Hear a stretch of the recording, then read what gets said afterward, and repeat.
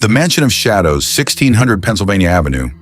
To the world, it's the heart of American democracy, a place of power, prestige, and history.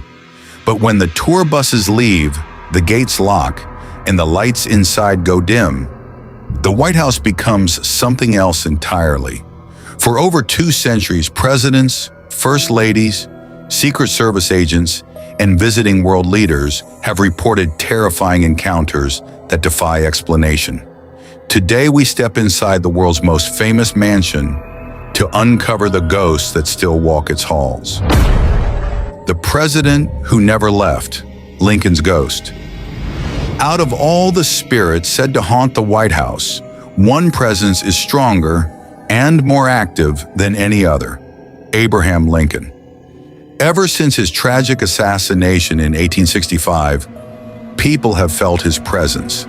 But the most chilling encounters came decades later.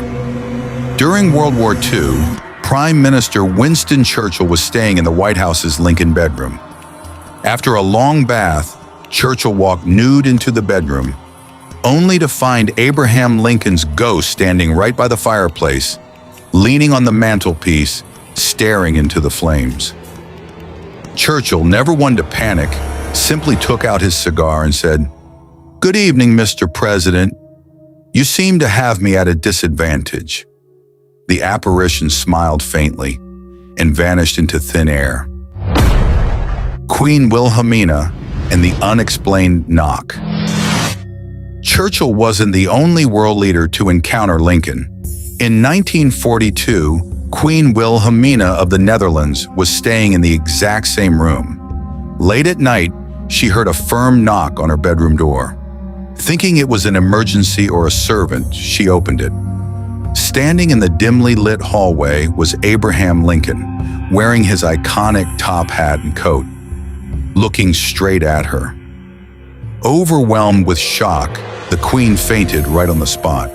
When staff rushed to her aid, the hallway was completely empty. Even First Lady Eleanor Roosevelt confessed that although she never saw Lincoln, she felt his heavy, sad presence watching her every time she worked late in her study.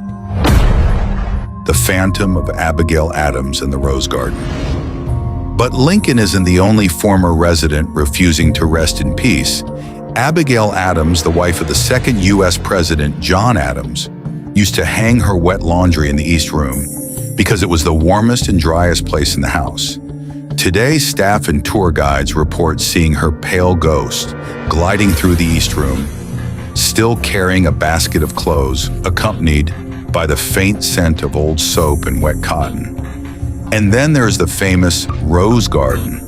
When First Lady Ellen Wilson ordered the garden to be dug up in the early 1900s, laborers refused to touch it. Why?